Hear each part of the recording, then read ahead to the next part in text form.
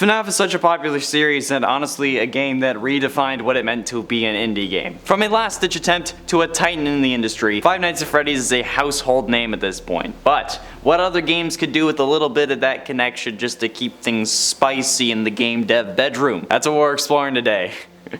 Let's do it. And be sure you let me know in the comments what your favorite non-FNAF indie game is, alright?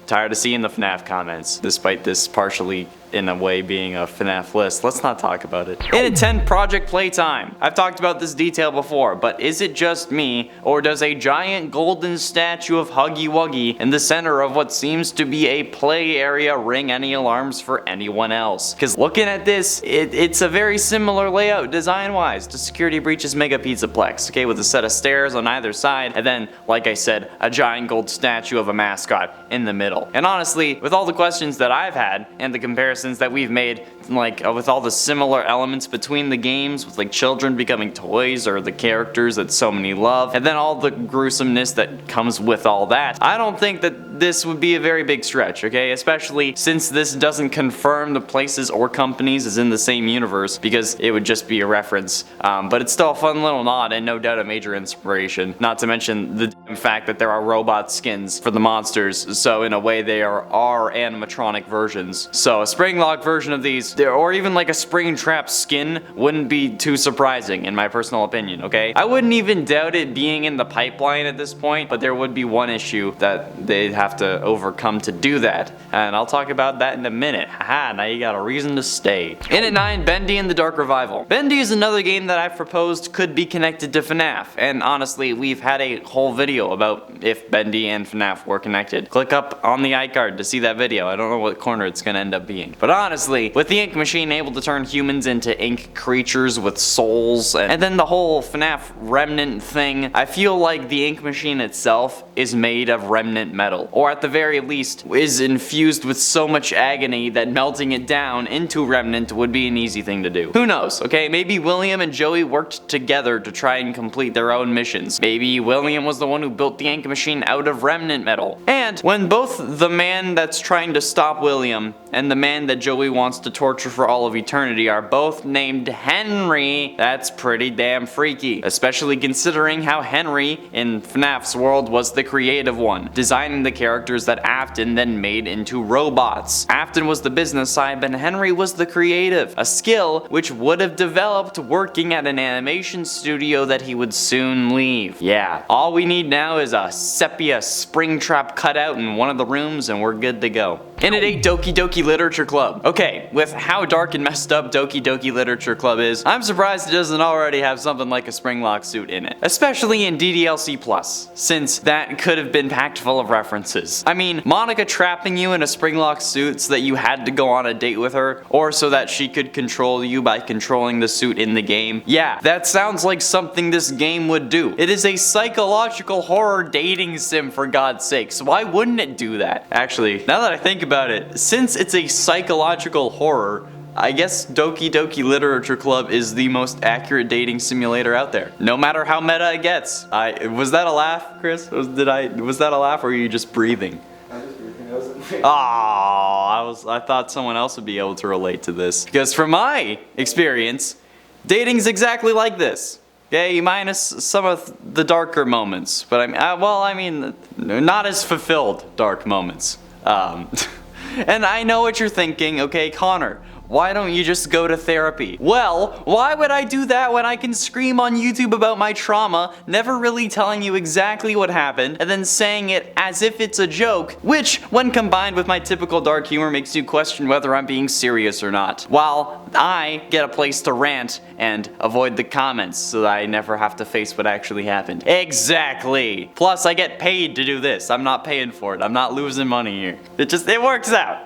It works out. And it's 7, Choo Choo Charles. I haven't been shy about my love for Choo Choo Charles on this channel, okay? And I mean the game, not the character. Their names may start with C, but Charles is no chica. However, I stand by the idea that FNAF and Choo Choo Charles could be linked, and that it honestly could be fairly easy to do. I mean, okay, this is an island with a giant demon spider train that is awoken from the depths, and that somehow became part train with his legs sticking out of the chassis. That screams possession. to me, alright? Plus, there's also 2 other monsters confirmed to be on the island in side missions. Barry, you know, the swamp monster, and the Slenderman knockoff. And then there's a giant duck floating in the ocean off the northern coast of the island, which could be yet another monster because it's floating on the ocean in a storm and it hasn't moved. This is honestly one of the most monster-infested islands that I have ever seen in a game, and if it was meant to just be like a place that exists in the seemingly physics-less world of FNAF, I wouldn't be surprised. Afton could have come here on like his pilgrimage to find the secrets of Remnant or whatever, and maybe he discovered the Charles eggs and then let Warren know about them or something like that. I don't know. Maybe he told Warren that there was gold on the island so that he would go and unearth the eggs. I have no idea, okay? I just think it would have been funny to see Warren get springlocked instead of eaten by Charles. That's my personal opinion. I'm messed up. We know this. Moving on. And at 6, Phasmophobia. This is something I've joked about in the past in a gameplay video of Phasmophobia here on the channel, of all things. But seeing some ghosts in the game that were created after the events from like other games or other forms of media, I think would be hilarious and a great addition to the game. A game that I like to joke came out after I suggested the idea for it in a video, but since games take a while to make, I guess it could have been in the pipeline prior to that, and it's not exactly what I suggested, but it's definitely scarily close to it, and I'm still suspicious. Getting back on topic, having a victim of a springlock failure appear as a ghost in Phasmophobia would be hilarious. And it could even have like a springtrap-like model for when the ghost starts showing up. You know, like when it's hunting, or if you end up making it angry enough to appear for a moment so you can get a picture. Yeah, it wouldn't make much of a difference to the game, and it would essentially only be fan service. But fan service for a fan base that's absolutely massive, okay? So maybe it's worth the sales. I mean, our channel like tripled in subscribers because of FNAF, so obviously it works. Halfway through into number 5, Subnautica. Honestly, the only reason I'm putting Subnautica on this list is because the game is underwater, and water is one of the leading causes behind springlock failures. So in my eyes, it's funny as hell. Maybe it's my broken humor, maybe it's actually funny, I have no idea, but a springlock suit Easter egg that would instantly kill you, I think is hilarious and should be in the game if it isn't already, which I don't think it is. Does it make sense with the story of the game? I doubt it. Would it make people mad? Probably. Does that make it even funnier? Absolutely. I mean, come on, okay? Are you really gonna tell me that you wouldn't appreciate a spring Bonnie in like some shipwreck that if you interacted with it you would die instantly? Are there shipwrecks in Subnautica? I don't know.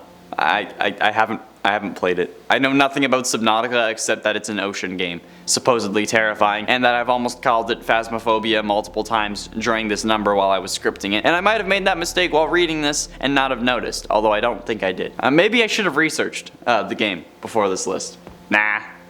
People don't come here for information, they come here to watch me yell about stupid things from games that only I really care about. Okay, this is essentially a satire channel, unless it's something that I genuinely enjoy, like the Skyrim VR mods video. Other than that, I just yell. And at 4, Dread Hunger. Dread Hunger is essentially Among Us, The Thing, and a survival game all rolled into one. The point of the game is that you're like a group of survivors that are trying to find the Northwest Passage, I think. I think that's at least a part of it, or maybe the Yogscast poisoned my thinking of this game. And 2 of you are evil cannibals that want everyone else to die. You, as the survivors, are trying to fuel this ship to get to the giant ice wall that's in front of you, and then you gotta blow it up without destroying your ship. And then, you know, you get through it and you're good to go. But the evil people, the cannibals, I guess. Are they called cannibals? I don't know. I haven't played the game yet. I have it, but I haven't played it. Basically, they're just trying to prevent that from happening and trying to kill everyone or sink the ship. So, where would a springlock suit fit into this? I don't know, but I think it would be funny. Cause, come on. Are you saying that you don't want to recreate the new kid? You know, the Fazbear Fright story? Are you saying that you don't want to recreate that and try to lure some poor sap from the ship over here and be like, oh yeah, no, that's a super suit, you should try that on, and then they instantly die? Or are you saying that like you don't want to, as a cannibal, get into the suit and then just wreak havoc? Come on. Did I put it on this list because I wanted to talk about Dread Hunger? A game that I feel like doesn't get enough love? Maybe, but also I just think it would be funny. Just like a cold springtrap suit that would kill you because it's snowy here, because, you know, it's Northwest. And yeah, come on. You get it. Getting close to the end into number 3, SCP Containment Breach. I think this one is fairly self-explanatory, given the multiple videos we've made about FNAF characters that could be SCPs, or SCPs that could be in FNAF, etc. Especially when I have multiple versions of Springtrap or Afton on one list. Like with Toxic Springtrap, the second skin in the Wasteland event for FNAF AR. He'd probably have the ability to turn people into creatures like him, be it instantly or slowly, like, you know, they all turn purple and they start getting all those boils. Or maybe just like a touch would be enough to instantly kill someone, like the kiss of death, but you're only 5 feet away from him and then boom, you toast. I don't know, okay? I know a few people that are toxic, if you know what I mean, okay? And I mean, like, they're just bad people, but if I get within 5 feet of them, I want to die, so I guess it kind of correlates. 100% class is a Keter object, and he'd hopefully be contained in a 1 by 1 by 7 foot glass tube, so I would never have to deal with Afton again, and I would also call it SCP-1985, because the missing children's incident, but either way, I still think that it would be really cool for like these SCP games to feature something like that, you know, any of them, like Containment Breach, Secret Laboratory, anything that you can think of. But the one issue that I would see pop up with this is the IP of the characters, since the SCP Foundation falls under a Creative Commons license, which allows fans to use the characters that are created freely and add their own and stuff like that. But FNAF isn't. And while Scott does allow for fan games and whatnot, mixing FNAF with something under a Creative Commons license could cause some hiccups that nobody really wants to deal with, so I would get why they wouldn't do it, but I still think they should. But ultimately, into number 2, Dead by Daylight. People have been wanting a Springtrap killer in Dead by Daylight for absolute ages. It's been for as long as I can remember, if I'm being honest. And I mean, I can't remember much, but this is one thing that I remember for a while. Which means that there's a slew of people who would have been introduced to this idea and would probably be mad at me if DBD was not included on this list, despite the Dead by Daylight video we did recently not getting much love. Yeah, that's right, I'm looking at you. People yelling at me for doing FNAF a lot. Go watch the other videos for sakes then. But a Springtrap killer would probably make a boatload of money. But I think the issue that's preventing this is Scott being pretty close to the chest with the IP of the characters, like I was talking about in the first number, you know, Project Playtime. Like, yeah, he'll make a movie for the characters and he'll license the characters out for merch, but anything with a story that he doesn't have control over would be probably playing with fire. And with the FNAF community the way that it is, reading into every little thing expecting it to be the one piece that completes the nearly 9-year-old puzzle, it would be playing with fire in a forest that is in a drought, okay? It's gonna be like Ben 10 when he gets the Omnitrix level, okay? Because, you know, Ben caused the forest fire in that scene. Sorry, I rewatched the original Ben 10 last week, so it's fresh on my mind. Anyway, with the amount of characters already brought into Dead by Daylight and its own original lore as well, I doubt that we'll ever see an actual FNAF Dead by Daylight crossover. But it would be cool if we did. You know, the survivors could be the Afton kids and Charlie. It'd be funny. And finally, in number 1, Poppy Playtime. I've talked in length about how Poppy Playtime and FNAF could be connected. I talked about it earlier on this list, for God's sakes. And not in a way that like they might sort of be connected. Like if they wanted to make the two worlds one, they could do so without much trouble. But whether they're connected or not, Poppy Playtime's world would make sense with Springlock suits. I mean, like, come on. Do you expect me to think that Playtime Co. didn't have their employees dress up as toys? You could just make that a Springlock suit and then boom, Afton is in the world. Come on. It's not that difficult. They turn toys into humans, okay? Humans into animatronics. It's the same story with a different skin. That's basically what I'm saying. Thank you. Just come on, okay? We know that they're connected and just make it official. And speaking of making things official, why don't you do that with us and then hit subscribe, alright? And then for the honeymoon, click the video that's about to pop up on your screen now. That's right, what a segue. Thanks for watching.